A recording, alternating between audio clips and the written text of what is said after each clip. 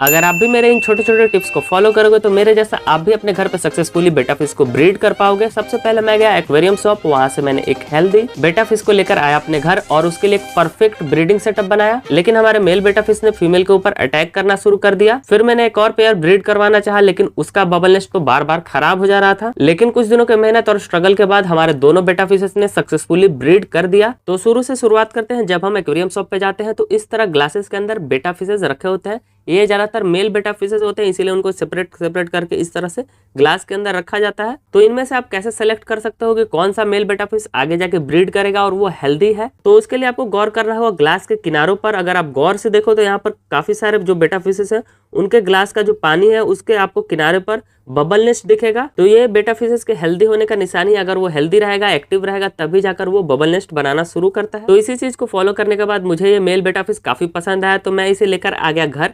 ये मुझे मिला है 190 रुपीज का। इस मेल बेटा फिश के लिए आप इस वीडियो को लाइक जरूर कीजिएगा और कमेंट करके बताइएगा आपको ये कैसा लगा। मैंने इन दोनों कंटेनर्स को सिलेक्ट किया है बेटा फिश ब्रीडिंग के लिए। 1 फीट के कंटेनर है। इन दोनों को मैंने काफी अच्छी तरह से वॉश कर दिया है। इसके बाद मैंने एक एक करके दोनों के अंदर पुराना पानी जो मेरे दूसरे फिश टैंक्स के अंदर है वहां से मैंने थोड़ा थोड़ा इन दोनों के अंदर भर दिया। इसके बाद मैंने दोनों के अंदर फ्रेश वाटर भरा। ये नॉर्मल सिंटेक्स वाला पानी है।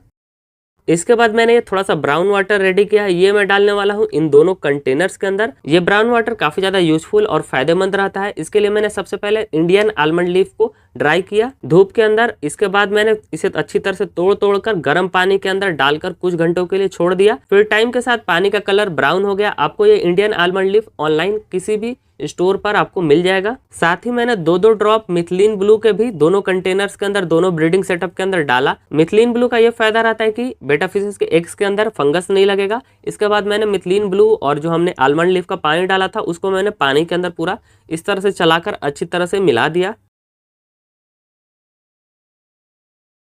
और अब जो हम ये मेल बेटा फिश लेकर आए हैं इसको जल्दी से शिफ्ट करते हैं इसके ब्रीडिंग सेटअप के अंदर।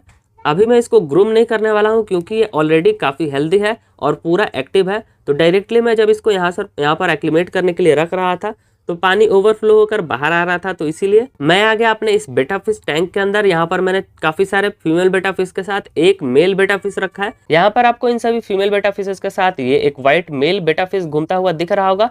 तो हम इस मेल बेटा फिश को भी ब्रीड करने वाले हैं। इसका कलर काफी प्यारा है। इसको मैंने छोटे से रेज किया है जब इसका बिल्कुल भी फिन नहीं था। आपको याद होगा मैंने इन सभी को गली स्ट्रीट पेट मार्केट से लाया है। ये सभी काफी फ्रेंडली है और ये जब मुझे देखते हैं तो इस तरह टैंक के किनारे पानी के ऊपर आ जाते हैं। तो इसी का मैंने फायदा उठाकर ग्लास को स्कूप किया और इस मेल बेटा फिश को कैच कर लिया।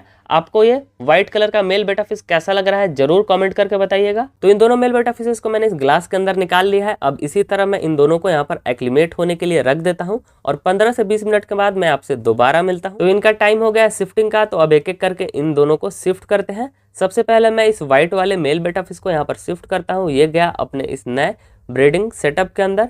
इसके बाद अब दूसरे वाले को शिफ्ट करते हैं। ये नया वाला मेल बेटा फिश भी मुझे बहुत पसंद है। इसका बॉडी पूरा पर्पल कलर का है और इसके फिन्स रेड कलर के हैं। उम्मीद है ये यहाँ पर सक्सेसफुली ब्रीड करेगा। और जो हमारा व्हाइट वाला मेल बेटा फिश है ये तो अपने पुराने घर में ही बबल नेस्ट बनाना इसने शुरू कर दिया था, तो इसका मुझे पक्का लग रहा है कि ये ब्रीड करेगा। लेकिन ऐसा भी हो सकता है कि ये दोनों ब्रीड ना करे क्योंकि इनका जो ब्रीडिंग सेटअप है वो पूरा ट्रांसपेरेंट है, ये एक दूसरे को देख सकते हैं।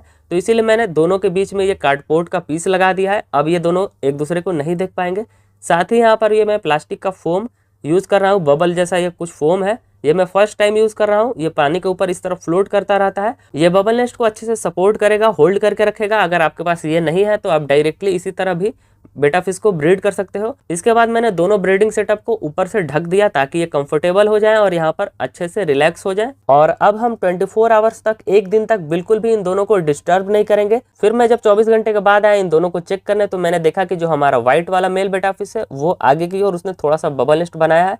लेकिन जो हमारा ये नया वाला जो मेल बेटा फिश है उसने बिल्कुल भी बबल नेस्ट नहीं बनाया था। तो मैंने सोचा क्यों ना इस ढक्कन को ऊपर से हटाया जाए और देखा जाए। जैसे ही मैंने ये ढक्कन हटाया मैंने देखा वाओ, इसने भी बबल नेस्ट बनाना शुरू कर दिया। जो हमने व्हाइट वाला ये प्लास्टिक का पीस डाला था उसी के आसपास।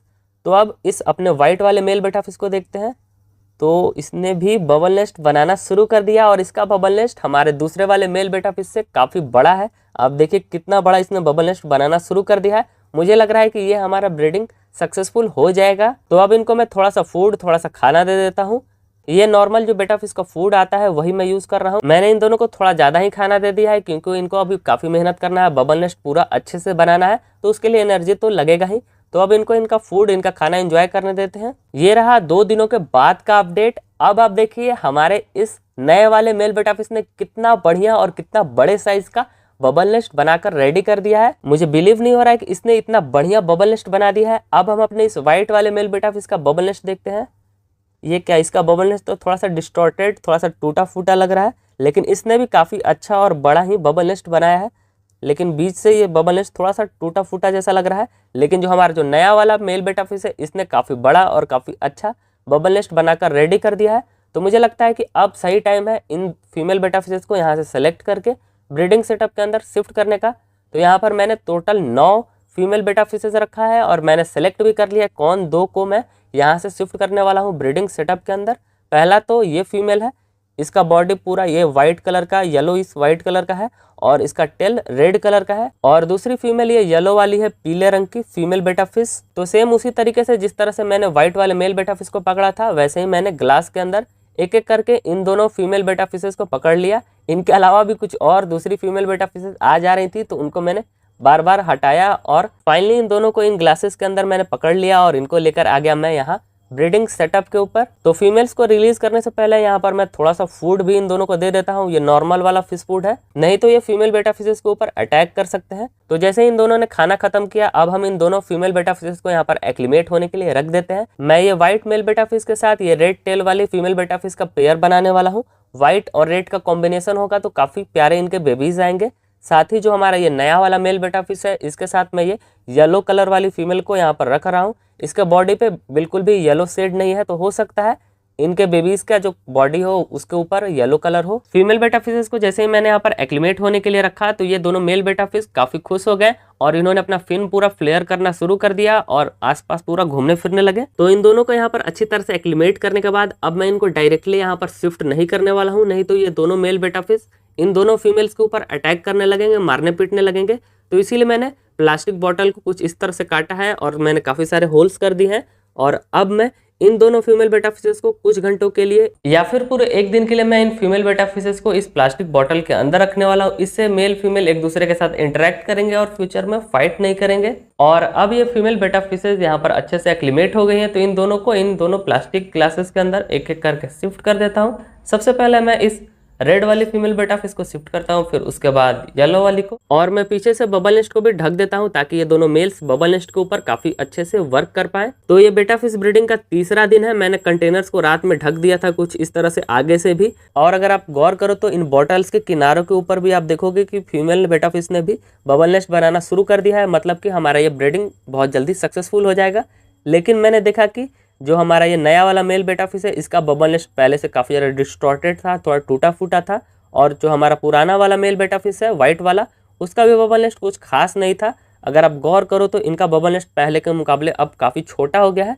तो ये देखकर मुझे काफ़ी ज़्यादा डर लगा कि ऐसा आखिर क्यों हुआ, लेकिन फिर भी मैंने कोशिश नहीं छोड़ा। और अब मैं यहाँ फीमेल्स को रिलीज करने से पहले इन सभी को फीड करने वाला हूँ। सभी का पेट भरा रहेगा तो ये आपस में फाइट नहीं करेंगे। मैंने इन प्लास्टिक बॉटल्स के अंदर भी फीड डाल दिया है ताकि ये दोनों फीमेल्स भी अच्छे से खा सके। तो अब टाइम आ गया इन दोनों बॉटल्स को हटाने का। तो सबसे पहले मैं ये येलो वाली फीमेल को रिलीज करता हूँ। बस इस तरह धीरे से इस बॉटल को हटा देना है। बॉटल हटाने के बाद फीमेल अभी भी कंफ्यूज है, वो ज़्यादा आगे मूव नहीं कर रही है। फिर मैंने कुछ इसी तरह से इस रेड वाली फीमेल बेटा फिश को भी रिलीज कर दिया। थोड़े ही देर में हमारे ये दोनों पेयर्स काफ़ी अच्छी तरह से यहाँ पर घूमने फिरने लगे अपने इस ब्रीडिंग सेटअप के अंदर। फीमेल बार बार बबल नेस्ट के पास जा रही थी और चेक कर रही थी कि बबल नेस्ट कैसा बना है। तो अभी इनको ज़्यादा डिस्टर्ब नहीं करते हैं, मैं ऊपर से इन दोनों ब्रीडिंग सेटअप को ढक देता हूँ। फिर मैं जब 2-3 घंटे के बाद आया तो मैंने देखा कि व्हाइट और रेड वाला जो पेयर है वो आगे की ओर था, और हमारा जो पर्पल और येलो वाला पेयर है उसका मेल फीमेल के ऊपर काफ़ी अटैक कर रहा है। फिर मैं जब थोड़ी देर के बाद आया तो मैंने देखा कि ये पेयर बबल नेस्ट के ऊपर अपना अंडा सजाना इसने शुरू कर दिया है। अगर आप गौर से देखो तो यहाँ पर आपको जितना भी व्हाइट छोटा छोटा डॉट दिख रहा है वो सब इन बेटा फिशेस के अंडे हैं। बबल नेस्ट तो इनका थोड़ा सा डैमेज मुझे लग रहा है, तो इसीलिए मैंने इनको कवर करके छोड़ दिया ताकि ये अपने अंडों का और इस बबल नेस्ट का अच्छे से ध्यान रख। और जो हमारा व्हाइट और रेड वाला पेयर है, इसका जब मैंने ऊपर से कवर हटा कर देखा तो बबल नेस्ट के अंदर एक भी अंडा नहीं है। ये अभी तक इस पेयर ने ब्रीड नहीं किया, फीमेल ने एग नहीं दी, तो एक दिन और वेट कर लेते हैं। आज बेटा फिश ब्रीडिंग का चौथा दिन है और जब मैं सुबह सुबह आया इन दोनों को चेक करने तो मैंने देखा कि जो हमारा पर्पल और येलो वाला पेयर है इसने बहुत बड़ा और काफ़ी अच्छा बबल नेस्ट बनाया है। साथ ही बबल नेस्ट के अंदर आपको ढेर सारे अंडे दिखेंगे। मुझे तो लग रहा है कि जो हमने ये व्हाइट वाला प्लास्टिक का सीड डाला है इसके नीचे भी काफ़ी सारे अंडे हो सकते हैं। तो हमारे इस वाले पेयर ने सक्सेसफुली ब्रीड कर दिया, लेकिन अभी भी डर है कहीं ये पेयर अपने इन अंडों को खा ना जाए। फीमेल को मैं कुछ घंटों के लिए और यहाँ पर छोड़ने वाला हूँ, हो सकता है कि ये और भी अंडे दे सकती हो। लेकिन जो हमारा ये व्हाइट वाला पेयर है इसने अभी तक बिल्कुल भी ब्रीड नहीं किया है, अभी भी इसका बबल नेस्ट पूरा खाली सा ही है। तो आगे इस व्हाइट और रेड वाले पेयर का क्या होता है, क्या ये ब्रीड करेगा या नहीं, ये आपको पता चलेगा सेकंड पार्ट के अंदर। और इस पर्पल और येलो वाले पेयर के अंडों से क्या बेबीज निकलेंगे ये आपको पता चलेगा सेकंड पार्ट के अंदर। तो मैं मिलता हूँ आपसे सेकंड पार्ट के अंदर। Okay bye.